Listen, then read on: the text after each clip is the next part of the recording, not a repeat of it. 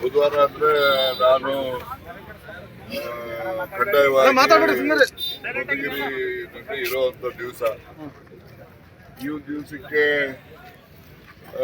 ಸುಮಾರು 40 ಜನ ಫಲಾನುಭವಿಗಳಿಗೆ ಸಣ್ಣ ನೀರಾವರಿ ಇಲಾಖೆ ವತಿಯಿಂದ ಈಗಾಗಲೇ ಬೋರ್ವೆಲ್ ಕೊರೆದಿದ್ದಾರೆ ಅವರಿಗೆಲ್ಲ.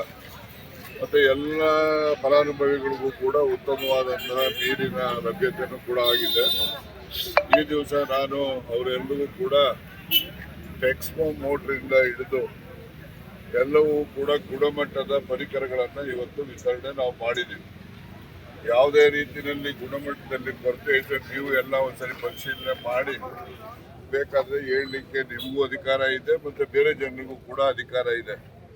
ಗುಣಮಟ್ಟದಲ್ಲಿ ಯಾವತ್ತೂ ಕೂಡ ನಾನು ಕಾಂಪ್ರಮೈಸ್ ಮಾಡೋದಿಲ್ಲ. ಟೆಕ್ಸ್ಮೋ ಮೋಟರ್ ಇದೆ, ಮತ್ತು ಹೆವಿ ಡ್ಯೂಟಿ ಕಾಲರ್ ಇದ್ದಾವೆ, ಮತ್ತು ಪ್ರಕಾಶ ಪೈಪ್ ಇದ್ದಾವೆ, ಕೇಬಲ್ಲು ಅಷ್ಟೇ. ಎಲ್ಲನೂ ಕೂಡ ಸ್ಟಾರ್ಟರಿಂದ ಹಿಡಿದು ಪ್ರತಿಯೊಂದು ಕೂಡ ಗುಣಮಟ್ಟದ ಪರಿಕರಗಳನ್ನು ಇವತ್ತು ನಾವು ವಿತರಣೆ ಮಾಡಿರ್ತಕ್ಕಂಥದ್ದು. ಪಾಪ ಬಡವರು ಕೊಟ್ಟಿದ್ದೀವಿ ಹೆಚ್ಚು. ಬಡವರು ಅಂತ ಹೇಳಿದ್ರೆ ಪಾಪ ಅವ್ರ ಜೀವನದಲ್ಲಿ ಬೋರ್ವೆಲ್ ನಾವು ಕೊರ್ಸ್ಕೊತೀವಿ ಅಥವಾ ಕೊರ್ಕೋತೀವಿ ಅನ್ನೋ ಇದೇ ವಿಶ್ವಾಸನೇ ಅವ್ರಿಗೆ ಇರಲಿಲ್ಲ. ಅಂಥವ್ರಿಗೆ ಸನ್ಮಾನ್ಯ ಸಿದ್ದರಾಮಯ್ಯನವರ ಸರ್ಕಾರದ ವತಿಯಿಂದ ಇವತ್ತು ಬೋರ್ವೆಲ್ಗಳು ಕೂಡ ಕೊರೆಸ್ಕೊಟ್ಟಿದ್ದೀವಿ. ಅವರಿಗೆ ಸಮಾಧಾನಕರವಾದಂತಹ ನೀರು ದೊರೆತಿದೆ. ಮತ್ತು ಇವತ್ತು ಕೂಡ ಉತ್ತಮ ಗುಣಮಟ್ಟದ ಪರಿಕರಗಳನ್ನು ಮೋಟಾರಿಂದ ಹಿಡಿದು ಪ್ರತಿಯೊಂದನ್ನು ಕೂಡ ನಾವು ವಿತರಣೆಯನ್ನು ಮಾಡಿದ್ದೇವೆ. ನಾನು ಫಲಾನುಭವಿಗಳಲ್ಲಿ ಮನವಿ ಮಾಡ್ತಕ್ಕಂಥದ್ದು, ಇದು ಸದುಪಯೋಗ ಮಾಡ್ಕೋಬೇಕು. ಈ ಕೆಲವು ಸರಿ ಪೈಪ್ ಇಲ್ಲಿನೇ ಮಾರ್ಕೊಂಡು ಹೋಗ್ಬಿಡೋರು. ಈಗ ಮಾರಿದ್ರೆ ಮಾರ್ದವನಿಗೆ ಮತ್ತು ತಗೊಂಡವ್ರಿಗೆ ಇಬ್ಬರಿಗೂ ಕೂಡ ತಗೊಂಬಂದು ಜೋಳಿಗೆ ಹಾಕ್ಬಿಡ್ತಾರೆ ಈಗೆಲ್ಲ. ಅದಕ್ಕೋಸ್ಕರ ಮಾರಬಾರ್ದು, ಮಾರಾಟ ಮಾಡುವಂಥದ್ದನ್ನು ಯಾವನು ಕೊಂಡ್ಕೊಳ್ಳಬಾರ್ದು. ಅದು ಕೂಡ ಅಪರಾಧನೇ, ಯಾಕೆಂದರೆ ಸರ್ಕಾರದ ಸೊತ್ತದ್ದು. ಹಾಗಾಗಿ ಆ ರೀತಿ ಸದುಪಯೋಗ ಮಾಡುವಂಥ ಕೆಲಸ ಇಲ್ಲಿ ಮಾಡ್ತಕ್ಕಂಥದ್ದು ಮಾಡಿದ್ದೇವೆ. ಪಾಪ ಅವ್ರಿಗೆಲ್ಲ ಒಂದು ಮುಖದಲ್ಲಿ ನೋಡಿದ್ರೆ ಭಾಳಷ್ಟು ಖುಷಿ ಇದ್ದಾರೆ. ಅವ್ರೇನೋ ಒಂದು 6 ಲಕ್ಷ ರೂಪಾಯಿ ಖರ್ಚು ಮಾಡಿ ಒಂದು ಬೋರ್ವೆಲ್ಲು, ಮೋಟಾರು, ಪಂಪು, ಅದು ಟೆಕ್ಸ್ಮೋ ಮೋಟ್ರ್ ಇದೆಯಲ್ಲ, ಈ ಮೋಟಾರ್ಸಲ್ಲಿ ಅದು ಹೈಯೆಸ್ಟ್ ಕ್ವಾಲಿಟಿ ಟೆಕ್ಸ್ಮೋ.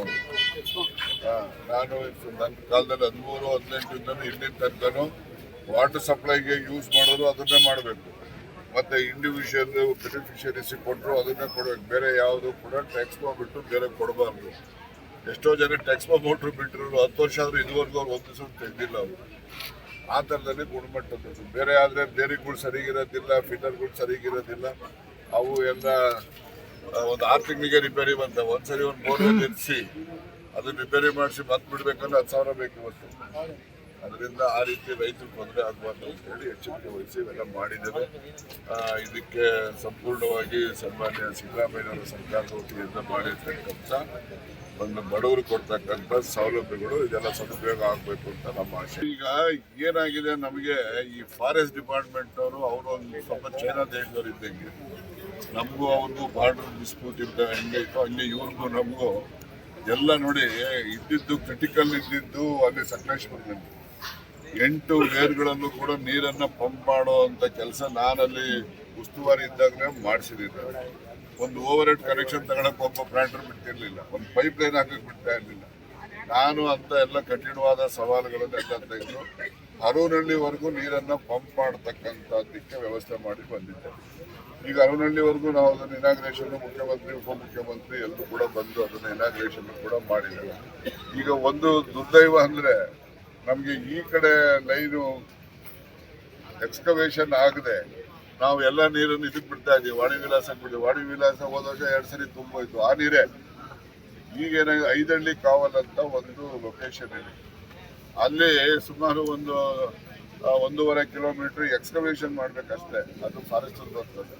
ಅದಕ್ಕೆ ಬೇಕಿರ್ತಕ್ಕಂಥ ಆಲ್ಟರ್ನೇಟ್ ಜಮೀನು ನಾವು ಅಲ್ಲಿ ಯಾದಗಿರಿ ಕಡೆ ಕೊಡಿಸಿದ್ದೀವಿ. ಅವರು ಡೆಲ್ಲಿನಲ್ಲಿ ಕ್ಲಿಯರೆನ್ಸ್ ಕೊಟ್ಟಿಲ್ಲ ಅಂತೇಳಿ, ಅವ್ರು ಕ್ಲಿಯರೆನ್ಸ್ ಇವತ್ತಾಯಿತು ಅಂದರೆ ನೆಕ್ಸ್ಟು ಏಪ್ರಿಲ್ ಮಳೆ ಶುರುವಾಗ್ತಿದ್ದಂಗೆ ಪಂಪ್ ಮಾಡ್ತಿದ್ದಂಗೆ ನೀರು ಬರ್ತದೆ. ಎಲ್ಲೂ ಏನೂ ತೊಂದರೆ ಇಲ್ಲ. ಅದಕ್ಕೋಸ್ಕರ ಈಗ ನೀವೆಲ್ಲ ನೋಡಿದಂಗೆ ನನ್ನ ಕ್ಷೇತ್ರದಲ್ಲಿ ಸುಮಾರು 300 ಕೋಟಿಗೂ ಹೆಚ್ಚು ಕಾಮಗಾರಿ ಅದು. ಅದನ್ನು ಈಗಾಗಲೇ ಪ್ರಾರಂಭನೂ ಮಾಡಿದ್ದೇವೆ ಮತ್ತು ಬರದಿಂದ ಕೆಲಸನೂ ಕೂಡ ಆಗ್ತಾ ಇದೆ. ಆದಷ್ಟು ಜಾಗ್ರತೆ. ನನ್ನ ಉದ್ದೇಶ ಅಲ್ಲಿ ಸುದೈವ ಅಲ್ಲೇನಾದರೂ ಸುಪ್ರೀಂ ಕೋರ್ಟು ಮತ್ತು ಫಾರೆಸ್ಟ್ ಡಿಪಾರ್ಟ್ಮೆಂಟ್ ನಮ್ಮಂತೆ ಆದೇಶ ಆದರೆ ಒಂದು 20 ದಿವಸದಲ್ಲಿ ಆ ಕೆಲಸ ಮುಗಿಸ್ತಾರೆ. ನೆಕ್ಸ್ಟ್ ಮಳೆಗಾಲದಲ್ಲಿ ನೀರು ಲಿಫ್ಟ್ ಮಾಡೋವಾಗ ನಮಗೆ ನೀರು ಬರ್ತದೆ. ಆ ರೀತಿ ಆಗಲಿ ಅಂತೇಳಿ ಕಾಯ್ತಾ ಇದ್ದೀವಿ. ಸರ್, ಈಗ ಮಹಾತ್ಮ